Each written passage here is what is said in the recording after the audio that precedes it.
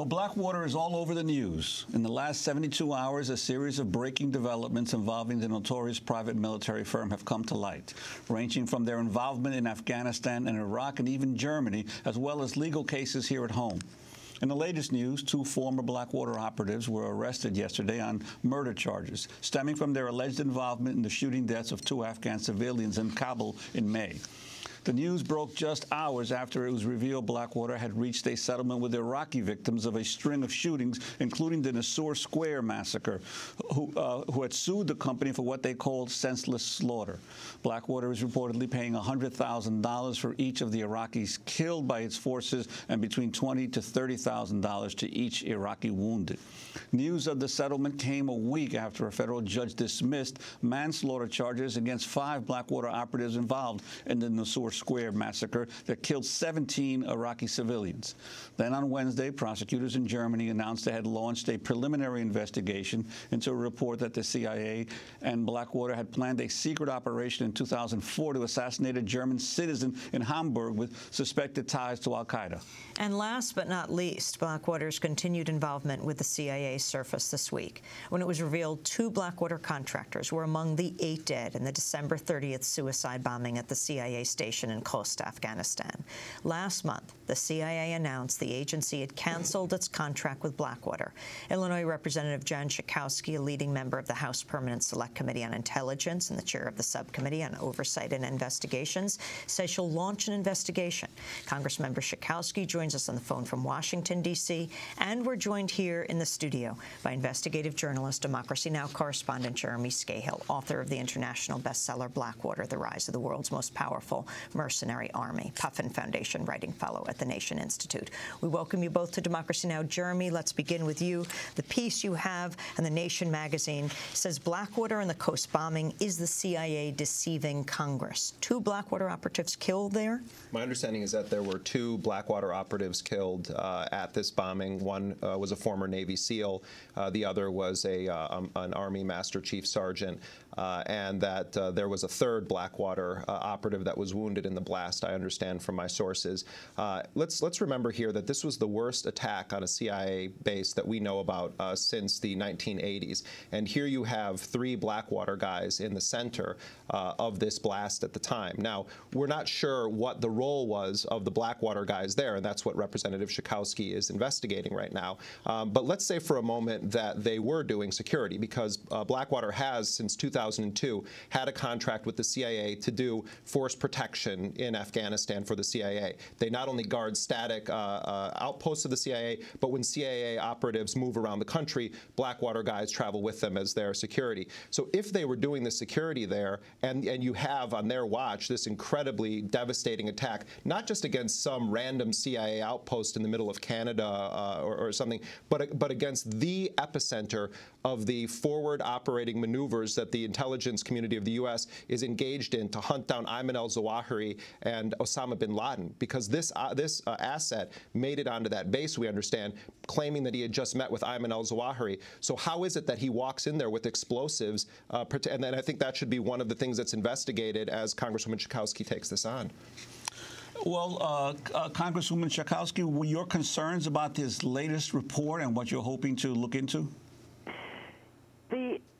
Regardless of what the role that the Blackwater operatives were playing in this incident, why is the CIA, why is any unit of the government, the State Department, the Department of Defense, why would anyone hire this company, which is a repeat offender, threatening the mission of the United States, threatening, endangering the lives of American, CIA and military, and also known to threaten and kill innocent civilians? It is just amazing to me, astonishing to me, that we still find Blackwater anywhere in the employ of the United States government at any place around the world.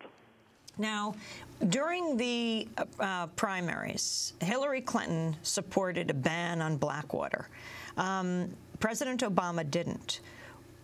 How does that relate to what you're introducing now, the legislation that you're introducing? Look, I'm introducing legislation called Stop Outsourcing Our Security, and the idea of that is that when we have mission-sensitive activities, inherently governmental functions in battle zones around the world, that we should have only people that bear the stamp of the United States government, and that means that would include no private military contractors at all in those operations. Now, look, when we have a situation where you can question whether or not these contractors can get away with murder, after all, this case against those shooters at Nisour Square has been dismissed. Hopefully that there will be another effort by the Justice Department to go after these people because it was dismissed for prosecutorial misconduct, which is true. I think there were many mistakes made. But right now, these contractors are in a legal limbo. And so if these individuals can get away with murder, imagine, you don't have to imagine, you know what it does to our relations with the Iraqi government and with governments around the world. And now you've got a situation where Germany is asking what were Blackwater people doing in Germany?